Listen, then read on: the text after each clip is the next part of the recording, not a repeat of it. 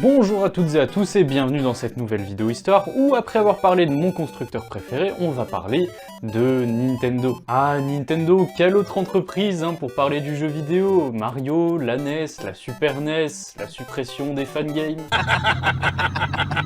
Mais bon, avant tout ça, je voudrais quand même vous remercier pour l'accueil que vous avez donné à la vidéo sur World at War, parce que 10 000 vues quand même, c'est pas rien, 5 chiffres, c'est la première fois que ça m'arrive, donc merci beaucoup et bienvenue aux nouveaux abonnés. Et donc voilà, on va pouvoir enfin commencer.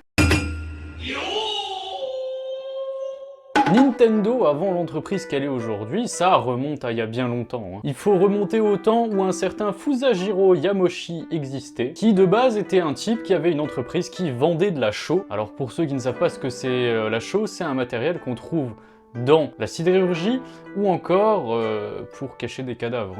Xavier Dupont de Ligonnès l'a bien utilisé. Mais il y a un autre truc qu'il kiffe particulièrement, c'est les hanafuda. Et pour ceux qui ne savent pas ce que c'est une hanafuda, en fait, c'est un jeu de cartes japonais. Et Yamoshi va se rendre compte qu'un truc, c'est que l'industrie de la carte, ça commence à s'expandre sérieusement au Japon. Donc il y a moyen de se faire un petit flous quand même, quoi. Donc le type, à 21 ans, il a déjà 2 sociétés. Bon, alors que moi, je suis dans ma chambre à jouer à des vieux jeux, mais bon, bref, chacun sa vie, j'ai envie de dire. Et donc dans la foulée, Nintendo va sortir son premier jeu de cartes appelé Daitorio. Alors excusez-moi pour la prononciation, j'ai pas fait japonais LV2 à l'école. Et avec, accrochez-vous, Napoléon en couverture de ce jeu. Et donc voilà, petite anecdote, la création de Nintendo est plus proche de la période du Premier Empire que de nos jours. Vous faites ce que vous voulez de cette info. Mais rapidement, il va extendre ses activités en dehors de Kyoto, qui est sa ville natale, pour s'extendre au niveau régional. Et notamment en essayant de s'immiscer dans les salles de jeux de cartes. Et en plus, à cette époque-là, le Japon sort de son isolationnisme. Alors en gros, pour ceux qui savent pas, c'était une période où le Japon ne prenait contact avec personne. Il restait sur leur île. Tirez-vous, connard de mongol, vous pas casser ma muraille! Et qu'est-ce que ça va donner? Ça va donner l'apparition des premières cartes occidentales. Donc vous savez, le jeu avec les 1, 2, 3, 4, 5, les rois, les reines, tout ça là. Et ça va donner les Trump, qui sont le nom des cartes.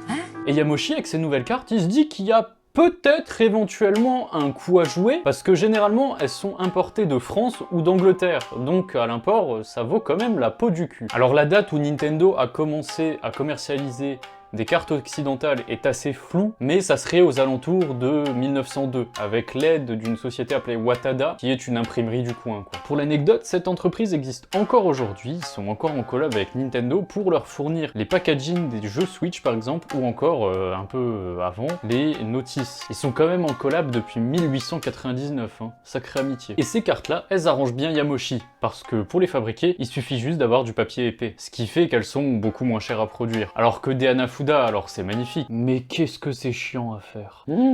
Alors il vous faut du bois, il vous faut de l'argile, il faut payer un ouvrier aussi pour qu'il puisse faire les petits dessins dessus. En gros, c'est littéralement un travail d'artisan de faire des hanafuda en fait. Les jeux de cartes à l'occidental vont d'ailleurs éviter la faillite à Nintendo, parce qu'à ce moment-là, le Japon met en place une taxe financière sur les jeux pour financer la prochaine guerre contre la Russie qui arrive, et Nintendo ayant le monopole sur les jeux de cartes occidentales, ils vont tout simplement éviter la faillite.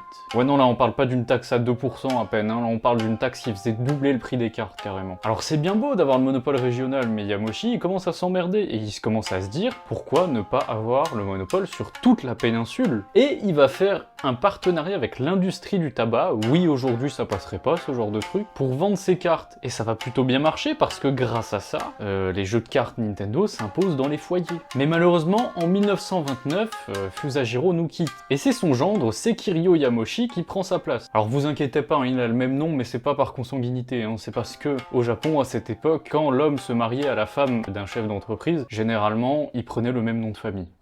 Et vous allez voir qu'il est tout aussi ambitieux que beau papa. D'abord, il arrive à faire exporter les cartes en dehors du pays, comme par exemple en Inde, ou même aux States, sur la côte ouest. Mais, truc un peu plus glissant, il va aussi les exporter dans les colonies japonaises, qui sont forcément peuplées des colons japonais, qui sont quand même bien contents d'avoir leur petit jeu de cartes parce qu'ils s'emmerdent, entre 2-3 massacres. Pas sûr de la garder celle-là par contre. Mais quelques années plus tard, la Seconde Guerre mondiale éclate et Nintendo est nouveau dans une position compliquée. Les ouvriers, et du coup les hommes de manière générale, sont en envoyer sur le front, qui fait quand même bien chuter les ventes. Mais ce qui va les sauver sur ce coup-ci, c'est littéralement le gouvernement japonais qui va solliciter Nintendo pour fabriquer des jeux propagandesques, donc des jeux de cartes avec des poèmes glorifiant la guerre, des jeux ultranationalistes en gros. Et ce qui va sauver l'entreprise parce que Nintendo est littéralement galvanisé de cash public. Sauf que la guerre tourne vite en besogne pour le Japon, et comme vous le savez à la fin, le Japon perd. L'entreprise est à nouveau en difficulté, et coup du sort, Fusajiro, il tombe gravement malade et il finit alité. Donc il peut plus du tout gérer l'entreprise. Et donc il va demander à son petit-fils de reprendre les rênes de Nintendo, petit-fils qui s'appelle Hiroshi Yamoshi. Et si vous êtes un vrai fan de Nintendo, vous êtes obligé de connaître ce nom.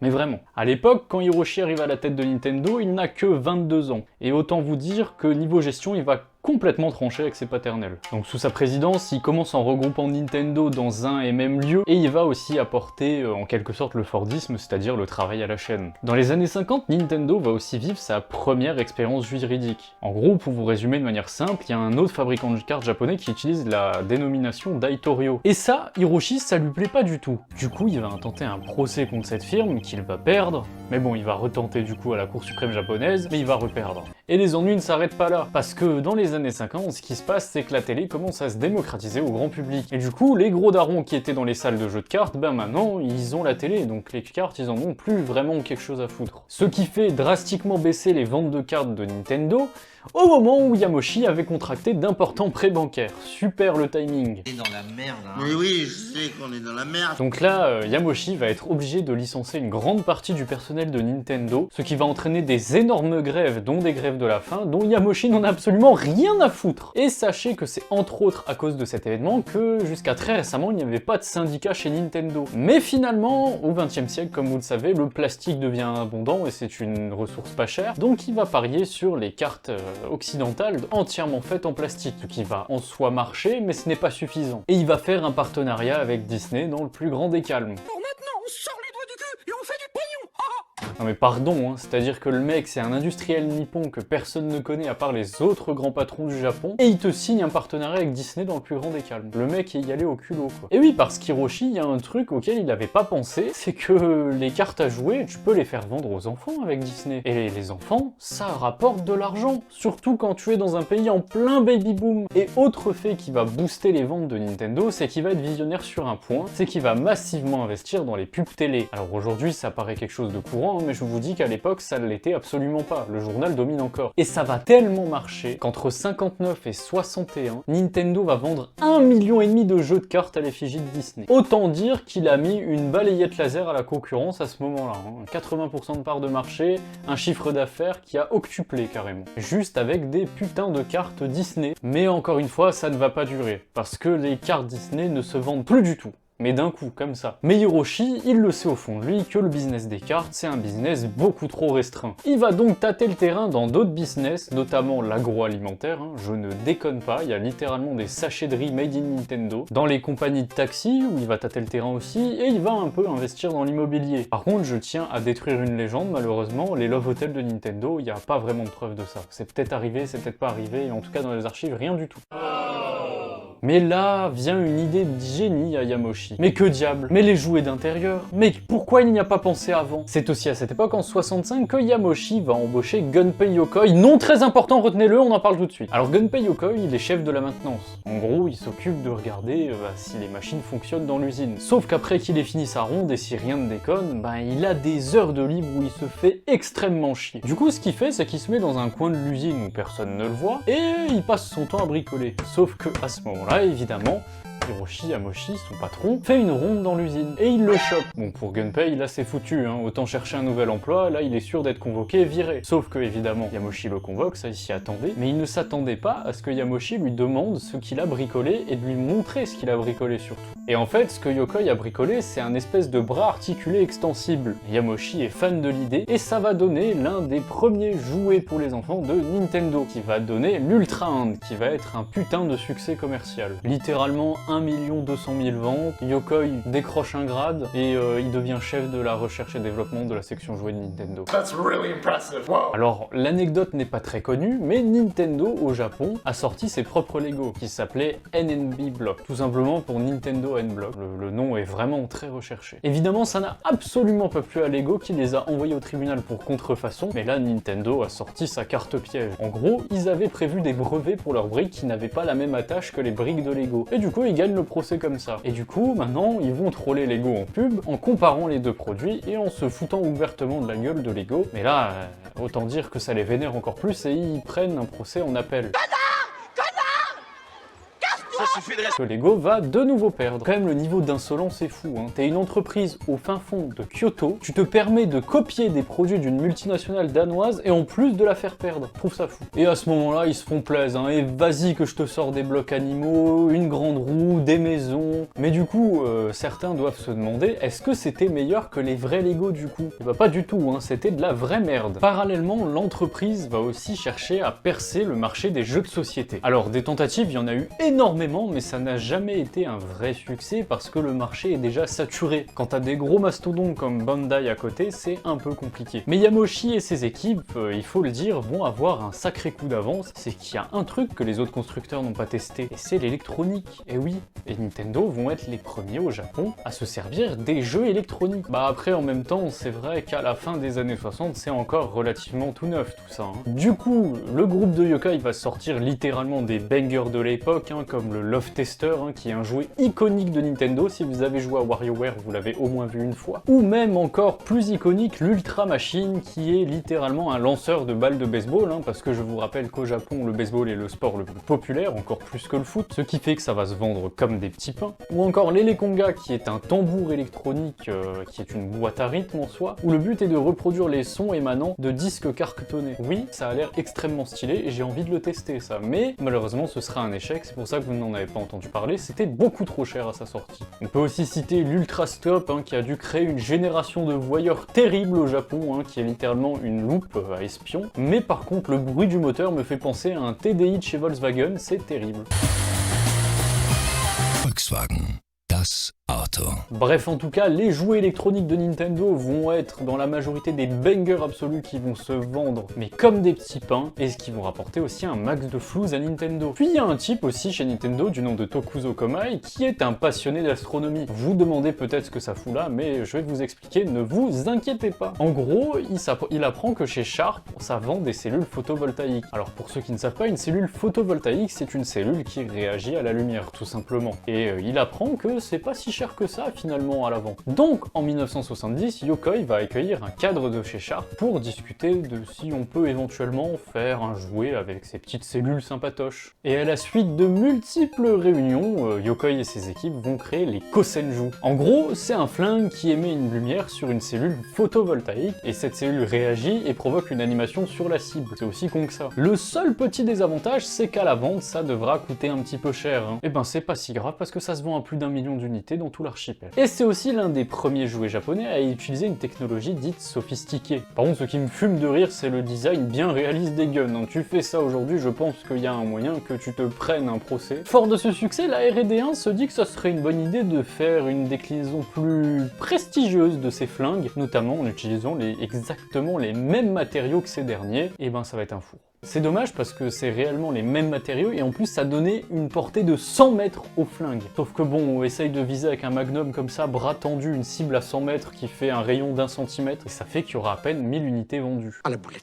Et là les enfants, on augmente le level parce que la même année, Yokoi et ses équipes vont sortir Duck Hunt. Ouais, exactement comme le jeu vidéo. Où là tu vises carrément avec un flingue des images de canards projetées sur un mur et les canards ont un pattern différent, hein. C'est extrêmement bien foutu. Franchement, j'ai envie de tester ça un jour. Ça a l'air très stylé. D'ailleurs, Nintendo n'a pas abandonné l'idée de diversifier ses sources de revenus, hein, parce que l'industrie du jouet c'est bien beau, sauf que le problème avec les jouets c'est que soit ça marche très bien, soit ça se casse la gueule et c'est des pertes immenses, il n'y a pas d'entre-deux. Et en plus de ça, un jouet au bout d'un an c'est considéré comme ringard, donc il faut vite retrouver quelque chose d'autre. Et ça emmerde bien Yamoshi, hein. Du coup il va spécialiser Nintendo aussi dans la birottie. Donc toujours au début des années 70, ils vont commercialiser un petit meuble full plastique qui s'appelle Unilac, qui a été dessiné par une employé de chez Nintendo d'ailleurs qui a soumis l'idée. Et tenez-vous bien, ça a très bien marché. Ils vont même d'ailleurs plus tard faire des stylos, oui des billes, et même une putain d'imprimante. Enfin c'est pas vraiment une imprimante comme aujourd'hui, plutôt un photocopieur. Mais en gros l'idée c'est que je mets des matériaux de merde dans ma photocopieuse, je la vends pas cher, je me fais aucun bénéfice, mais par contre je rattrape le prix en envoyant les techniciens le réparer tous les 2 mois. Et pourquoi pas aussi dans le transport de bébé avec une poussette. Mais pour l'anecdote, elles ont été très vite retirées de la vente parce qu'elles étaient jugées trop dangereuses. En fait c'était des tubes en aluminium,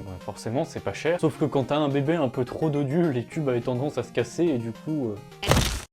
Nintendo va aussi investir par la suite dans un ball trap électronique. Pour ceux qui ne savent pas ce que c'est le ball trap, c'est un sport de tir où en gros vous devez dégommer des assiettes en plastique en l'air, et là du coup ils le transposent en jeu électronique. Alors pour vous dire c'est gigantesque, ça fait la taille de 5 à 6 pistes de bowling en termes de longueur, c'est vraiment énorme. Et vous devez vous demander combien ça coûte de développer un truc pareil, plusieurs milliards de yens de l'époque. Mais ça marche, et les commandes affluent de toutes les salles de jeu qui sont vraiment conquises par le projet. Et évidemment, qu'est-ce qui se passe quand tout va bien? Le choc pétrolier de 73.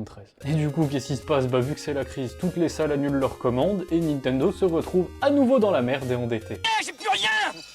Je suis ruiné! Alors, Yamoshi le dira lui-même. J'aime pas fuir mes responsabilités, mais sur ce coup-là, j'ai juste pas eu de bol. Et là, les banques commencent à réclamer leur fric à Nintendo, donc faut réagir assez vite. Alors, ils savent que les pistolets électroniques, les Japonais adorent, donc ils se disent, pourquoi pas les faire en borne d'arcade? Ça floppe. Et du coup, après quelques années d'errance, vers la fin des années 70, c'est un jeu qui va sauver Nintendo, qui s'appelle Pong. Que toute l'industrie japonaise va recopier, mais sans vergogne, pour les distribuer dans les salles d'arcade. Mais Yamoshi, lui, il le sait d'avance que c'est foutu pour les salles. Du coup, il lui vient une autre idée. Pourquoi pas importer Pong dans les foyers via une console? Et c'est à ce moment-là que Nintendo va créer la Color TV Game. Alors cette petite console Pong va sortir en juin 77 et va tout rafler sur son passage. Alors laissez-moi vous poser le contexte. À cette époque, il y a une chier de concurrents sur le marché, sauf que toutes leurs consoles coûtent 20 000 yens. Quand t'es de la classe moyenne ou pauvre, c'est emmerdant. Mais là où Nintendo va faire force, c'est que sa Color TV Game 6, parce que vous verrez qu'il y en a 2, va se vendre à 9800 yens, donc le prix est littéralement divisé par 2, tout en vendant 360 000 dans tout l'archipel, c'est vraiment pas dégueu. Elle va même se targuer l'insolence de diffuser de la couleur alors que les concurrents eux ne faisaient que du noir et blanc. Ouais, pour 20 000 yens, donc ils étaient clairement en train d'entuber les consommateurs. Ils sortiront un mois plus tard la Color TV Game 15, qui est en soi la version premium de la console, à 15 000 yens, alors c'est plus cher, mais ça se vend mieux encore que la 6, ça se vend 2 fois plus.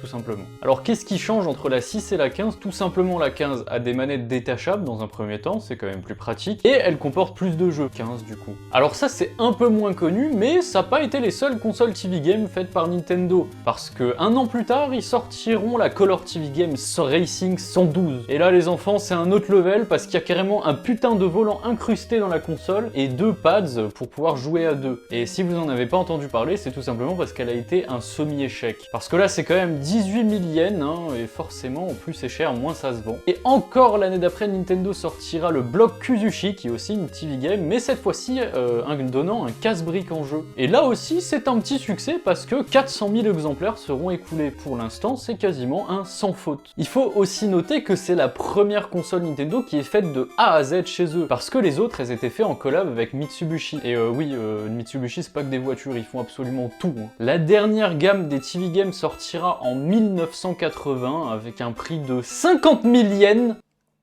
Du coup, vous vous en doutez un petit peu, ça va très mal se vendre pour une console de merde. Alors pourquoi je dis console de merde? Parce qu'en fait c'est une adaptation de leur jeu d'arcade Computer Othello. Sauf que c'est forcément moins qualitatif, mais en plus, l'IA est plus pourrie que dans la borne d'arcade. En fait, le seul avantage de la console, c'est de ne pas avoir besoin de mettre 100 yens à chaque fois que tu veux rejouer. Mais bon, tu payes 50 000 balles, quoi. Et pour vous dire, on sait même pas combien d'exemplaires se sont vraiment vendus, parce qu'elle va être très vite retirée de la vente pour laisser place plutôt à la production des Game & Watch qui commencent à un petit peu percer au Japon, qui est encore évidemment une nouvelle invention de Gunpei Yokoi. Mais ça, c'est pour une prochaine vidéo. Du coup, ça ce sera pour la prochaine fois, pour la partie 2, Moi, je vais vous laisser ici. Si vous êtes resté jusqu'au bout, merci beaucoup, c'est très gentil. N'hésitez pas à me donner vos avis en commentaire si au niveau du montage ou quoi ça vous plaît, il n'y a pas de souci. Moi en tout cas, je vous dis merci encore une fois pour les récents vues qui ont été faits sur la vidéo sur World at War, je le redis, mais c'est vraiment touchant. Et du coup, je vous dis à la prochaine pour un nouveau test qui arrivera sûrement, je ne sais pas encore sur quel jeu.